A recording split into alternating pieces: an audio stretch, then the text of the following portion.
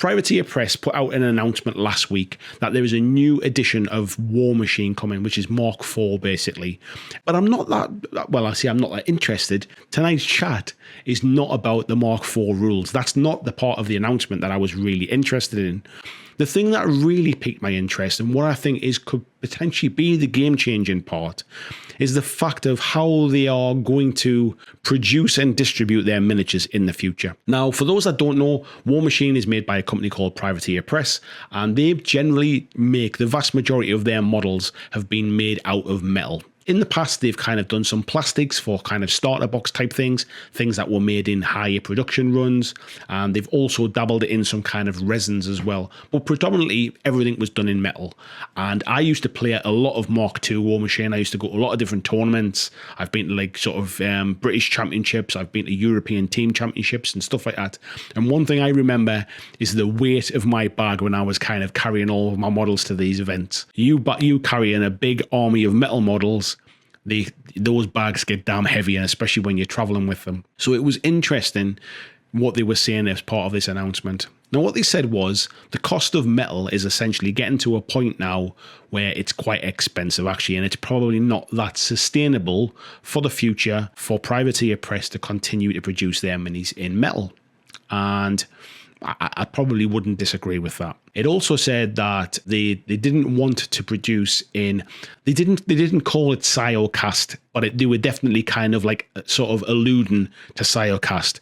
And I think they had sort of concerns about the fact that Cyocast, my understanding is, and I could be proved wrong here, but my understanding is you buy the machine from Cyocast and you buy the material to make your miniatures from Cyocast as well. And I think they were concerned about almost kind of tying themselves in with kind of proprietary equipment and proprietary materials. They weren't so keen on that one. Plastics are obviously the cheaper option, but you need to be doing big volumes of models for plastics. And I would assume at this stage of Warmachine's life, when it hasn't been there, it's on a bit of a downward trend. This kind of Mark IV edition is trying to kind of rejuvenate that a little bit. I would assume they're not making the kind of volumes that they need to make plastics work. So what they've decided to go down is they've decided to 3D print all of the miniatures that you will be able to buy. Now, before, when you say 3D print, everyone thinks, oh, they're going to start selling STLs. It's going to be a bit like one-page rules. That's not what they're doing.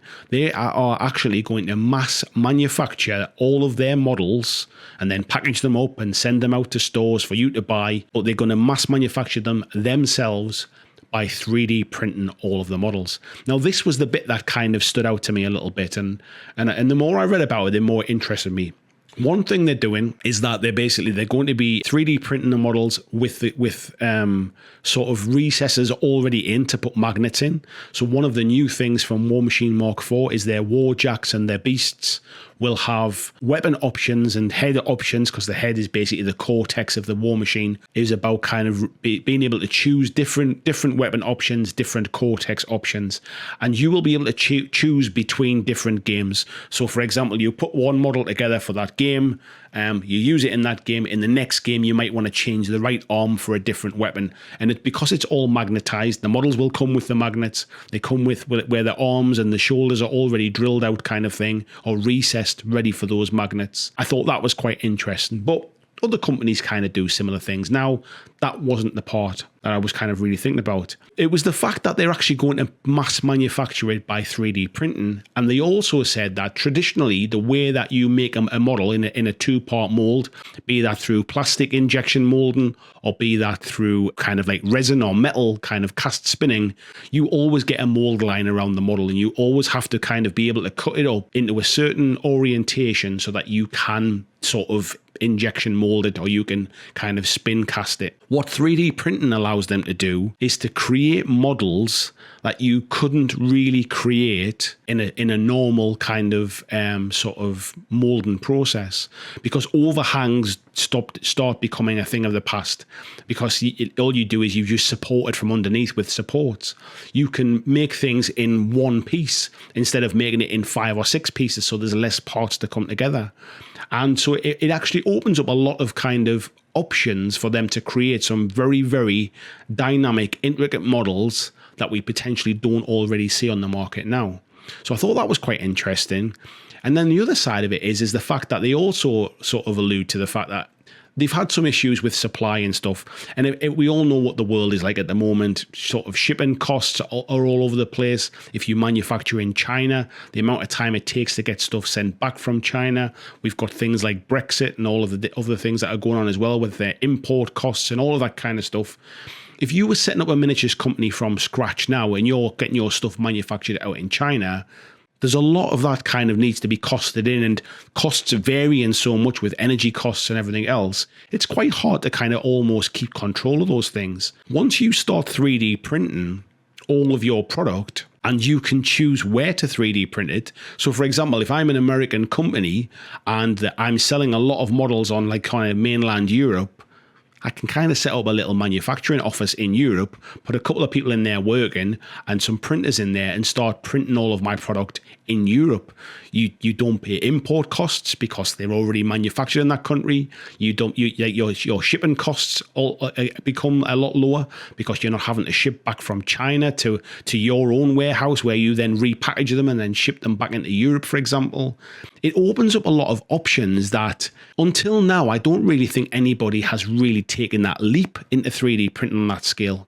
Now, I'm not a 3D printing expert, and I don't know whether there's kind of, is there kind of industrial 3D printers, or is it just a case of buying almost an off-the-shelf printer now that we can all purchase, but just with a bigger build plate, for example? I don't really know just how many of these printers they're going to need, how many people it's going to take to run them, and kind of like what that's going to mean, because I don't know the numbers of models that they sell. They could be selling 5,000 models a month. They could be selling 50,000 models a month. I've got no idea. But the interesting thing is they almost kind of then start to print on demand of the amount of stock that they need to replenish each of the different regions, as opposed to let's have a production run of like 10,000 of this sprue and then 10,000 of this sprue, because that's the way sort of plastic injection molding works.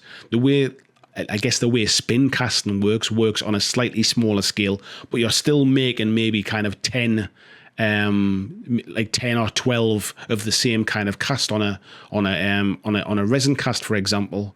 So if you were a new company starting up today, this would seem like the most efficient way to start.